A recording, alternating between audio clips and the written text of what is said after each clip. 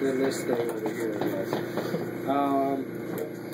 As it goes for neonatal ventilation, we can use an 840. Careful there. Lock it. So yeah, you can use an 840. Its functionality is acceptable, maybe adequate, but not exceptional.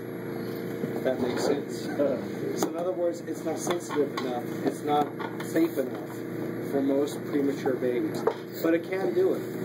And if you ask people who sell parents to admit it, they say, oh, it does better than the Servo. If you ask people who don't sell the Servo, they'll tell you the same thing. It does better than the 840. Because everybody wants to sell their brand. Yep. But from experience, the Avia and this, in my opinion, are the only two that should be able to do this. Okay? Because their abilities are far beyond what most other ventilators can do. Okay, so all ventilators these days, they're basically a compressor with a computer. It has a blender in there so you can mix up your gases real good, and that's all it is. So it all depends on what software you bought on your machine. They all come standard with SINV, AC, volume control, and pressure control, right? That's what we learn in the books. Now then you throw in all the other stuff. VC plus, time, bloody finger. So, You got to pay extra for that. that's not this one that turns it on. Right? Looks like a power button. This one's in the back. That's on the back. This is actually how you put the machine in standby. Can we plug it in? Alright, we're good. These actually are pretty amazing on the battery life. They can run up to 12 hours if they have a full company batteries. They're pretty good. The other thing that's really neat about these, if you bought the software, Part of the Apple camera? you can take it off and use it as a transfer. Sound like you're in Washington. Do you want to perform the pre-use check? Sure. They always do this. It calibrates for the circuit that you connect to the machine.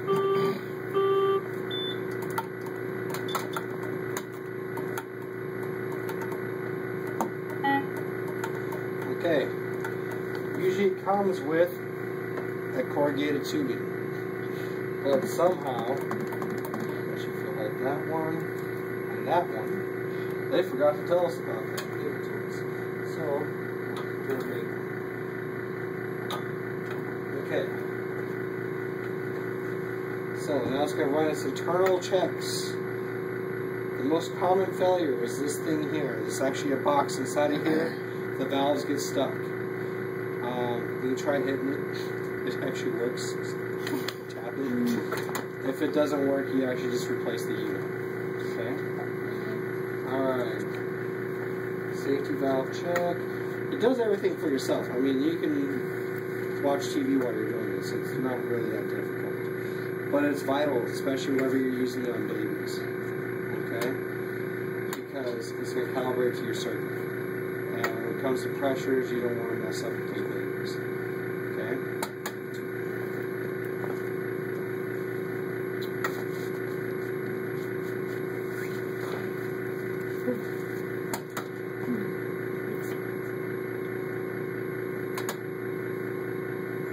It takes a little bit of time. So, we're going to skip the Y sensor test because I don't see it on here. Sorry about that. Yes, they don't have the option. Y sensor has been replaced by never. Okay. Y sensor was a way to sync the vent better with the patient. It didn't work. We bought it at Torrance. I used it twice. It didn't work. I threw it away. But now the Nava is the new thing. It works. So if you go to Kaiser, they use it there. Pretty awesome The stuff. Nava, you say? Huh? Nava. What is that for? It's a way of directly sensing the muscle contractions of the diaphragm to sync your vent with the patient. What does that go? They'll have, like I said, a computer with a compressor, right? It comes with a module that clicks into there, and it hooks up. You buy the software, a couple $100,000 later, you're good to go. It's expensive. So it goes to the patient? Well, actually, what they do is it's an NG2 they put down. OG or NG2. Okay. Has electrical sensors along the periphery of it. And it sits at the level of the diaphragm. When it senses the electrical contraction of the muscle, it will trigger a breath. Unplug the power cord.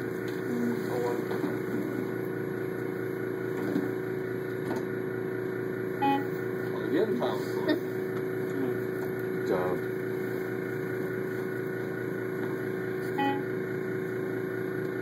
Make sure you Slot lighting. Yeah.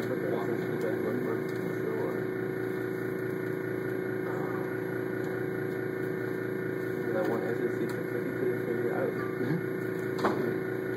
Figure out that.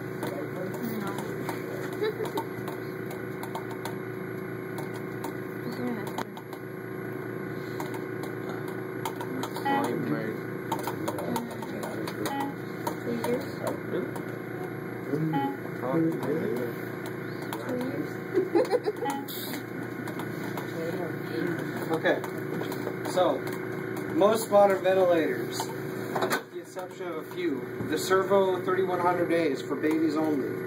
If you want the adult one, you get the Servo 3100B for adults. I don't know why. They call it for big guys. Yeah, there you go.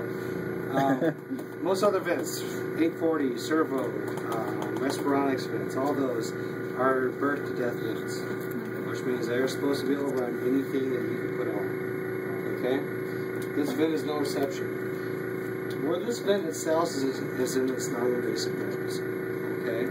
Its invasive modes, you know, they're pretty standard. They're a little bit more sensitive to me, it seems. They do a little bit better, but not that much better. Where they really excel is in their non-invasive modes. Okay, so we did the pre-use check or failed, whatever. If it says failed clinically, don't use it. Okay. The reason why it failed is because we're using the adult circuit on neonatal setting. Okay.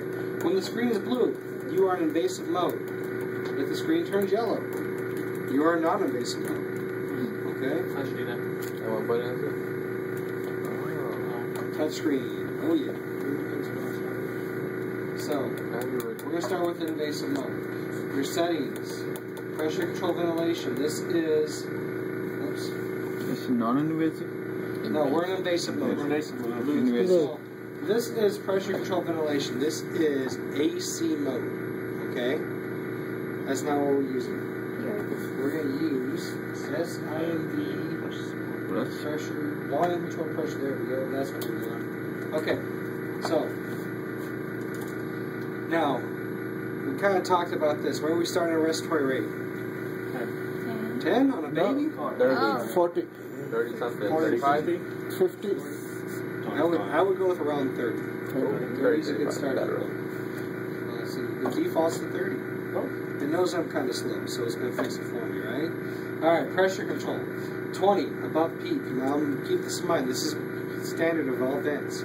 Pressure control set is always above peak. On your BiPAP, if you set an IPAP at 15, guess what your peak pressure is going to be? 15. Because it's not above peak, it's from baseline of 0. With your ventilator, your baseline is where you set your peak. Cool? Alright. So your peak, where's that then? 5. If it's 5. Right below that. 5. Oh, so it's way above. Okay. Yeah. You said the is what? If you set your peak at 5 and your pressure control 5, your peak pressure will be 10. You'll have a change in pressure of 5. Okay. Okay? Sorry? That's it. Oh, okay, you got it? That's what you're asking? Yeah. Alright, so we have a peak of 5. That's not bad for babies. I would start with that and not think twice about it. Okay? That's good. Remember, it's not pressure that causes the damage, it's the volume being moved. In pressure control, you are moving volume using pressure, so you can still hurt them with pressure, yes. Okay? FiO2. 100.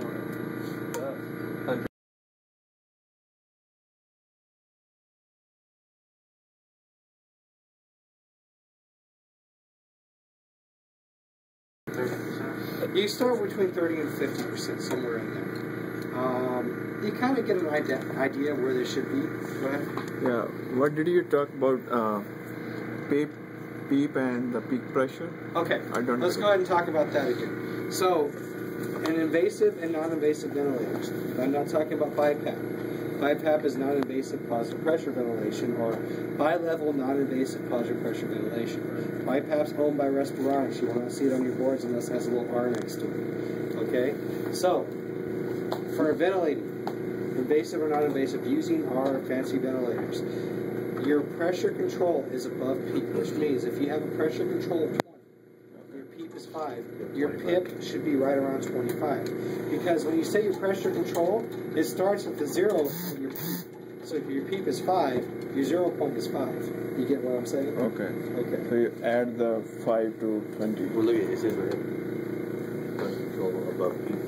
Okay. Pressure control above. Not all vents say that, but it is standard for all vents. Okay.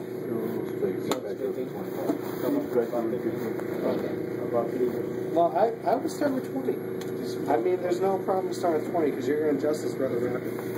Remember, we're not looking at volumes. You're not going to see volumes return. Okay? So we put a baby on this. We're watching for chest rise. If I'm happy with the chest rise, I leave the pressure control where it's at. Okay?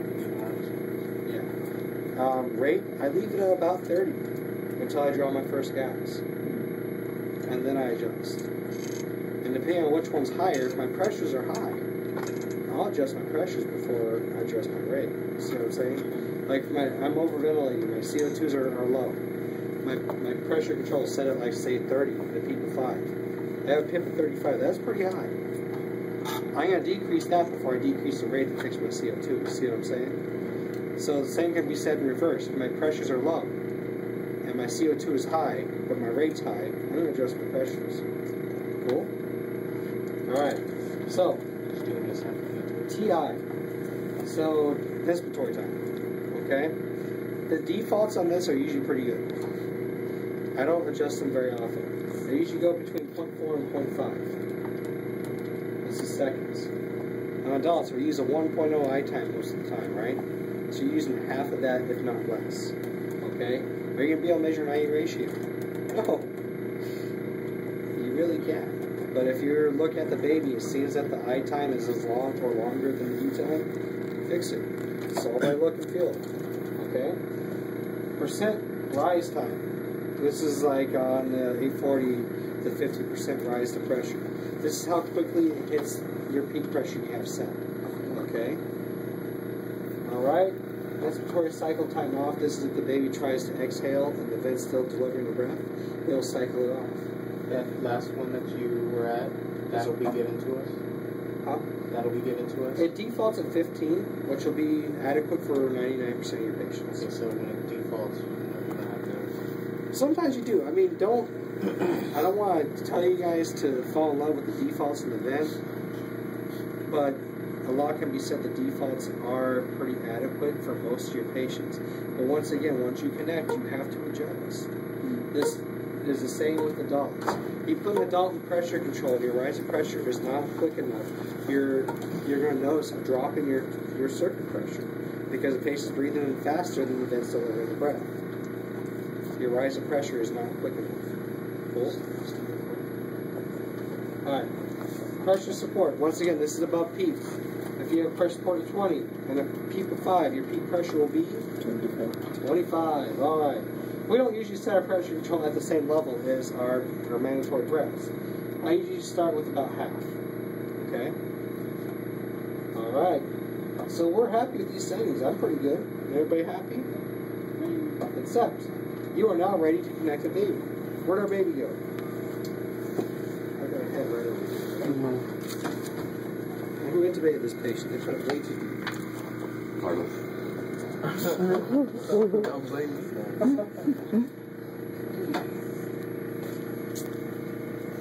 So, I'm not sure how well this is going to work. because we're using an adult circuit. Don't want that itch in the leg. You notice I just connected. Did it start cycling? No. Once it's on standby. You know, I don't just know put why this that- away from me before I hurt somebody. Yeah, so it's good. Alright.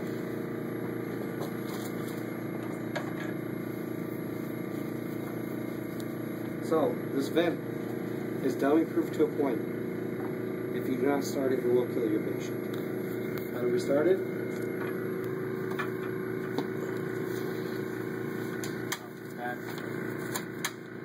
You're not cycling. Oh, did it?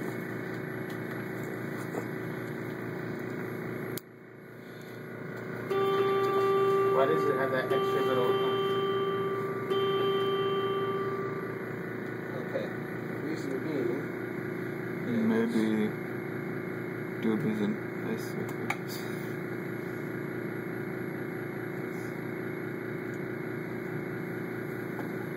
there's no elasticity in things.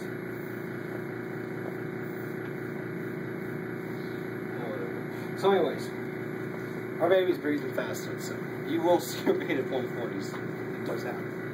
Okay? So, these little ones, those are your spontaneous breath. These high peaks are your mandatory breaths.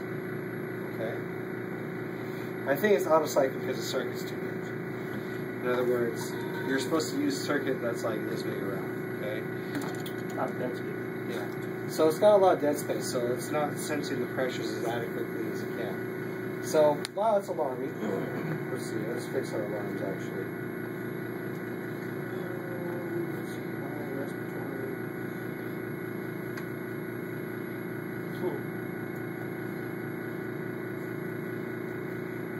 That should shut it off.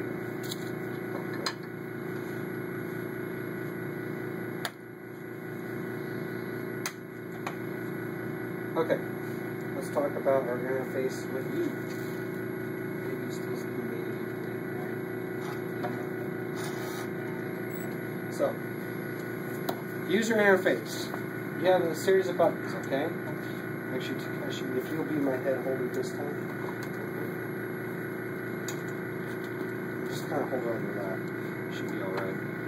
Okay, so you have a series of buttons here. This shouldn't pull out. I think that tube's too big for the baby anyways. So you have quick knobs here. These are like your emergency knobs, okay? Although we use them more often than not. We don't change them out very often with babies. Okay? FiO2, peak, rate, pressure control. Okay? You also have a few quick ones. Once again, put the system into standby. It will ask you to confirm, especially if the baby's still breathing on it. Okay? Here, you have your manual breath button. It will not function if the baby's breathing this fast. Okay? But if a baby's breathing normally and you need to give them a few extra breaths, you use that button. Your O2 breath. Same button as the 100% cal button on the 840. Okay? It gives 100% for 2 minutes.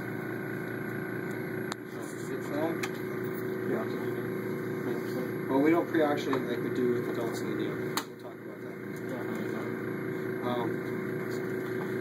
Expiratory hold, this is for diagnostics. You will not use this on babies. Inspiratory hold, once again, you will not use this on babies. Okay? Then you have the touchscreen stuff. You can't click these like you do on the phone. You have to use the knobs. But you can change them in here. Okay? I'll wait for it to finish that. Okay. So, pressure control. You can turn it, turn your knob. You can turn it like that. Okay? Or you can just hit it again and hit send. Alright? Alarm silence. Alarm profile. On the neonatal mode, it doesn't have a lot of alarms. Okay? The reason being is you can't use it. You can use you set your peak pressure, you set your low pressure, you set your high respiratory rate and your low respiratory rate. And your apnea time. 10 seconds is what you want. Okay? Alright. Any questions on those things? you guys are going to get to play with this. So, you know, I would recommend trying to play with it a lot before you get to really ask me a whole lot of questions. Okay. Now, trends, you can see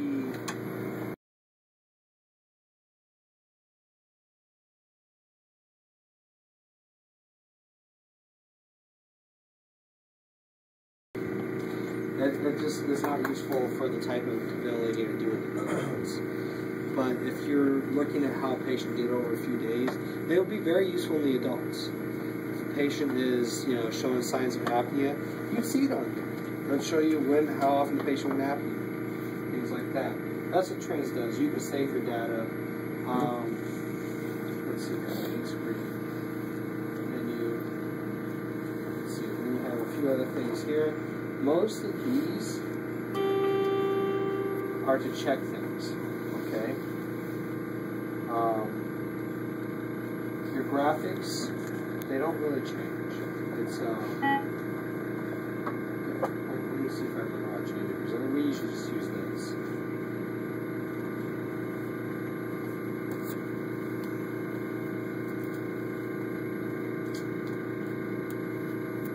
Alright.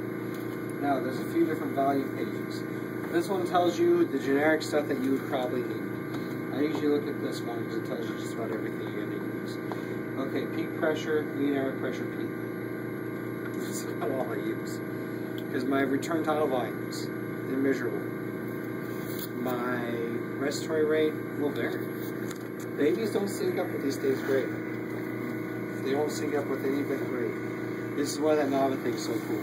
Because it gets to about as close to 100% CDG level. Okay? It tells you return volumes, delivery stuff. Cool.